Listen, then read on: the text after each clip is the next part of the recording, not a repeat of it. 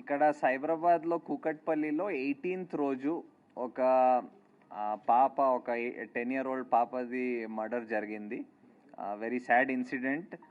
And ఆ report అయిన వెంటనే we started the investigation. But ఒక 3 days వరకు మనకి ఉన్న అవైలబుల్ క్లూస్, ఉన్న వాట్ ఎవర్ టెక్నికల్ ఎవిడెన్స్, దాని ద్వారా మనకేం బ్రేక్ త్రూ రాలేకపోయింది. సో ద ఇన్వెస్టిగేషన్ మళ్ళీ రైట్ ఫ్రమ్ బిగినింగ్ చేస్తూ ఉంటూ వెళ్ళాం. ఏమైనా క్లూస్ వీఆర్ మిస్సింగ్ అవుట్ అది చూస్తూ ఉంటూ వెళ్తే నిన్న we got a breakthrough in that case. And ఆ కేసులో ఒక నేబరింగ్ ఇల్లులో ఉన్న ఒక 14-year-old అబ్బాయి, he was found to have committed ఆ మర్డర్ని. బేసికలీ ఆయన ఏం చేశాడంటే, వాళ్ళ ఇల్లు దగ్గర దగ్గర ఉంటుంది. సో వీళ్ళ టెర్రస్ నుంచి వాళ్ళ టెర్రస్ వరకు విదౌట్ ఎనీ ప్రాబ్లం వెళ్ళిపోవచ్చు, దూకి వెళ్ళిపోవచ్చు. సో ఆయన ప్రకారం ఆయన దూకేసి అక్కడ వెళ్ళి ఒక క్రికెట్ బ్యాట్, వాళ్ళ ఇంట్లో ఒక క్రికెట్ బ్యాట్ ఉంటుంది, ఆ క్రికెట్ బ్యాట్ దొంగతనం చేయడం అని, అది ఆయన దగ్గర పెట్టుకోవడం అని అనుకొని వెళ్ళాడు.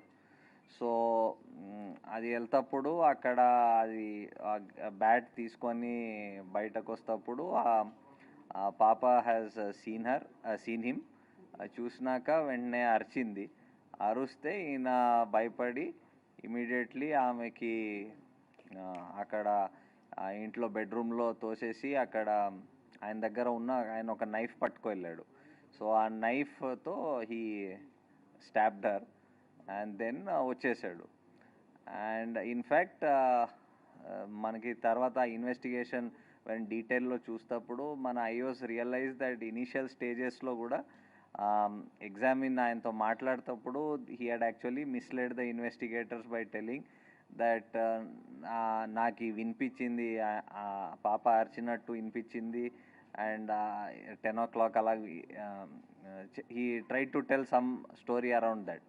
సో బట్ అది అప్పుడు డిఫరెంట్ సర్కమ్స్టాన్సెస్ ఆ ఇన్వెస్టిగేషన్ చేస్తుంటూ అది తెలిసింది తర్వాత.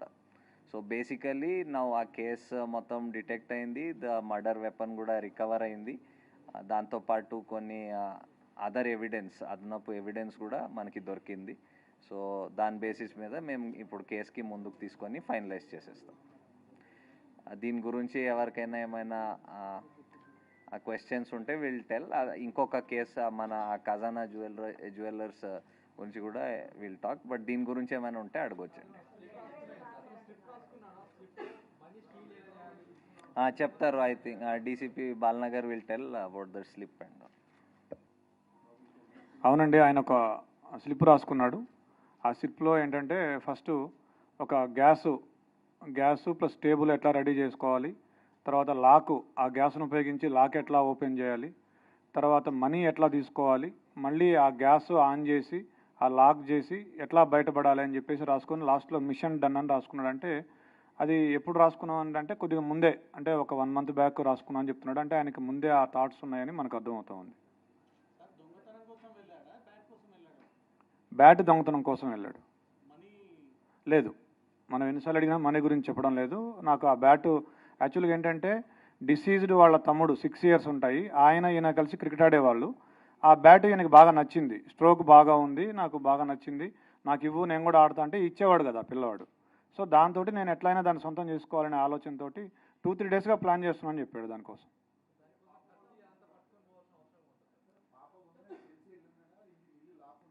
అతను చెప్పింది ఏంటంటే ఇంట్లో ఎవరు లేరు, నార్మల్గా వీళ్ళు ఏంటంటే ఇల్లు దగ్గరికి వేసి వెళ్తారట. సో అట్లానే ఇంటి బోల్ట్ దగ్గరికి పెట్టి ఉంటారు, ఆ దగ్గరికి వేసి ఉంటారని చెప్పేసి వెళ్ళాడు. సడన్గా పాప ఉంది, పాప ఉన్నా కానీ పాప అప్పుడు టీవీ చూస్తుంది, ఇతను వెనక నుంచి వెళ్ళాడు. అంటే అటువైపు తిరిగి చూస్తుంటే ఆ పాప వెనక నుంచి ఒకటే డోర్ ఉంది, వెనక నుంచి అంటే అదే డోరు, ఆ అమ్మాయి అటు తిరిగి ఉంది. ఇట్లా వెళ్ళి ఆ కిచెన్లో ఉంది బ్యాట్ తీసుకొస్తుంటే అప్పుడు ఆ అలికిడికి పాప చూసి దొంగ అని అరిచింది. అరిస్తే అతను పరిగెత్తబోతే ఆ అమ్మాయి పరిగెత్తుకుంటూ వచ్చి చొక్కా పట్టుకుంది.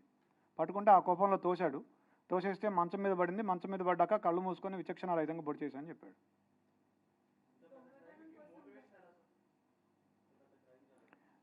అతనికి బేసిక్గా ఈ ఓటీటీల్లో యూట్యూబ్లో ఈ క్రైమ్ థ్రిల్లర్స్ సస్పెన్స్ మిస్టరీలు చూసే అలవాటు బాగా ఎక్కువగా. దాదాపుగా ఒక 5-6 సంవత్సరాల నుంచి అదే పనిలో ఉన్నాడు. స్కూల్ కూడా ఎక్కువ వెళ్ళేవాడు కాదు. ఎప్పుడు ఏదో ఒక తన ఆలోచనలో తను ఉండి ఇలా ఇలా ఊహించుకుంటూ ఉండేవాడు అతను. అతనికి స్కూలు ఎగ్గొట్టే అలవాటు ఉండేది. స్కూల్కి వెళ్లకుండా క్రికెట్ ఆడుకోవడం, ఈ ఓటీటీ చూడడం, యూట్యూబ్ చూడడం, ఈ మిస్టరీస్ చూడడం అలవాటు ఉండేది అతనికి. అతను ఎవరైనా చూస్తే వాళ్ళని బెదిరించి రావడం, తర్వాత దాడి చేయటం, ఈ 2 ఉద్దేశాలతో కత్తి తీసుకుపోయినాడు.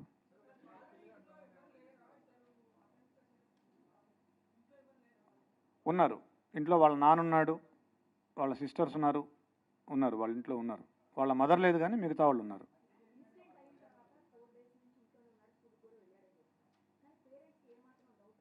ఎస్, పేరెంట్స్ వాళ్ళ మదరు నిన్న మనం వాళ్ళ మదర్తో మాట్లాడినప్పుడు అనింది, ఫస్ట్ రోజే పోలీసులు ఈ హడావిడి అంతా చేసి నేను అడిగాను మా అబ్బాయిని, ఏరా నువ్వేమైనా చేసావా అని అడిగాను, ఒప్పుకోలేదు. 2వ రోజు కూడా అడిగాను, అడిగితే ఏమ్మా నువ్వే నన్ను పట్టించేటట్టున్నావే అని అన్నాడు, నీ మీద ఒట్టు అన్నాడు అని చెప్పింది వాళ్ళ మదర్.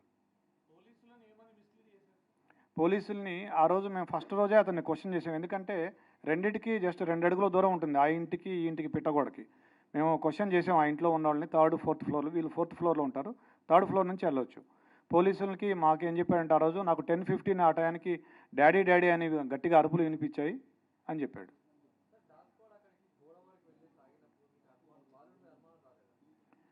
బాలుడి మీద కూడా అనుమానం వచ్చింది మాకు. అయితే మేము ఒక లిస్ట్ ఆఫ్ సస్పెక్ట్స్ చేసుకున్నాము, దాని ప్రకారం చేసుకుంటూ వచ్చాము. నిన్న అతన్ని చేశాము. తర్వాత మాకు ఇంకొక క్లూ కూడా వచ్చింది. ఒక పిల్లాడు కూడా సమాచారం ఇచ్చాడు. ఇట్లా ఆ రోజు ఏ రోజైతే అఫెన్స్ జరిగిందో ఆ రోజు మార్నింగ్ 8:30 to 8:45 అతను ఆ గోడ దగ్గర, ఏదైతే గోడ దూకి వెళ్ళే అవకాశం ఉందో ఆ గోడ దగ్గర తచ్చాడాడు అతను చాలాసేపు, ఒక 15 minutes. ఆ సమాచారంతో మా అనుమానం ఇంకా ఎక్కువై, మా అనుమానం నిర్ధారణ అయ్యి అతన్ని మళ్ళీ విచారించాము. ఫస్ట్ ఇల్లు సెర్చ్ చేసాము. ఇల్లు సెర్చ్ చేస్తే మాకు ఈ లెటర్ దొరికింది, అతను రాసుకున్న లెటర్ ఏదైతే ఉందో అది. తర్వాత కత్తి కూడా దొరికింది. 3 కత్తులు ఉన్నాయి. ఏ కత్తి అంటే, సార్ నల్ల కత్తి, నల్ల పిడి ఉంటుంది, దానికి అంచు నల్లగా ఉంటుందని అతనే చెప్పాడు. ఆ కత్తి తీసుకొస్తే ఇదే అని చూపించాడు.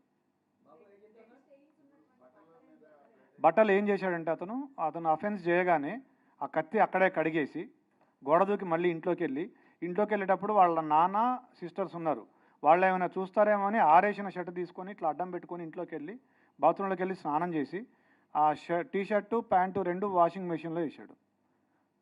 But we found some slight blood on the clothes. We have called a special investigation team, forensic team. వాళ్ళు స్పెషల్ లైటింగ్, స్పెషల్ స్పెట్స్ వాడి they are able to found it. I also have seen it. Yes, అతనికి ఒక కుందేలు ఉండేది. ఆ రోజు ఆ కుందేలు కూడా చనిపోయింది. 11:30కి మేము టైం లేని కూడా తీసుకున్నాం అతని మీద అనుమానం వచ్చాక. అతను 11:30కి బయటికి వెళ్ళాడు ఇంట్లోంచి. 11:30కి ఆ కుందేలుని తీసుకొని డాక్టర్ దగ్గరికి వెళ్తే ఆ కుందేలు చనిపోయింది ఆ రోజు. ఆ స్టోరీ కూడా మాకు చెప్పాడు. 14 years. ఫింగర్ ప్రింట్స్ ఇంకా నిన్ననే జరిగింది, ఇంకా వీఆర్ మ్యాచింగ్ ఇట్. లేదు, మనకున్న సమాచారం మేరకు ఇంతవరకు అయితే ఏం లేదు. బట్ వాళ్ళ మదర్ చెప్పిన ఒక విషయం ఏంటంటే, అతను 2 months బ్యాక్ అతని దగ్గరికి ఒక ఫోన్ వచ్చింది, సెల్ ఫోను. మేము డబ్బులు ఇవ్వలేదు, ఇతనికి ఎక్కడిది సెల్ ఫోన్ అంటే నేను కొనుక్కున్నా అని చెప్తున్నాడు. డబ్బులు ఎక్కడ ఉంటే చెప్పలేదు. అది వాళ్ళ మదర్ చెప్పిన విషయమే. సో దీన్ని బట్టి మీరు ఏమైనా అనుకోవచ్చు.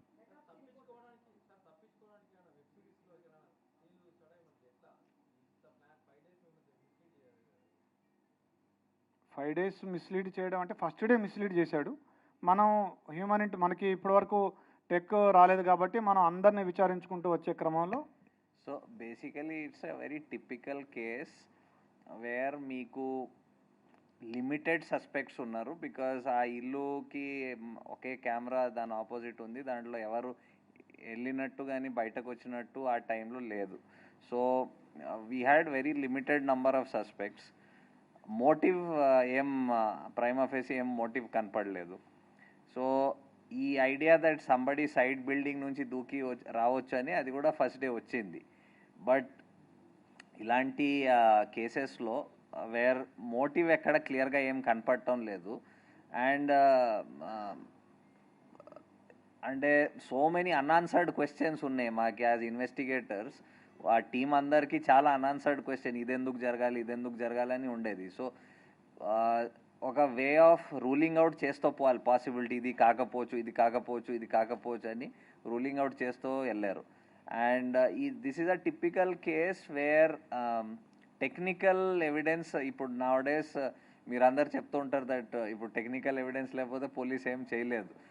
ఇది typical case where there was no technical evidence except the fact that ఆ ఇల్లుకి ఎవరు వెళ్ళలేదు, అది తప్ప ఇంకేం టెక్నికల్ ఎవిడెన్స్ లేదు. So it was very painstaking regular detective work అంటాం కదా, ఇన్వెస్టిగేషన్ వర్క్, అదే repeated same thing going over the same thing again and again చేసి అది బ్రేక్ త్రూ వచ్చింది.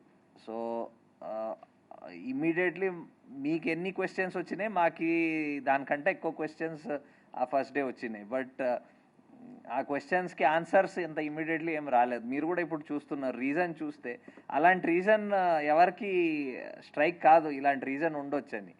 బట్ ఇలాంటి కూడా రీజన్స్ ఉంటాయి అండ్ ఇలాంటి కూడా ఇన్సిడెంట్స్ జరుగుతాయి. సో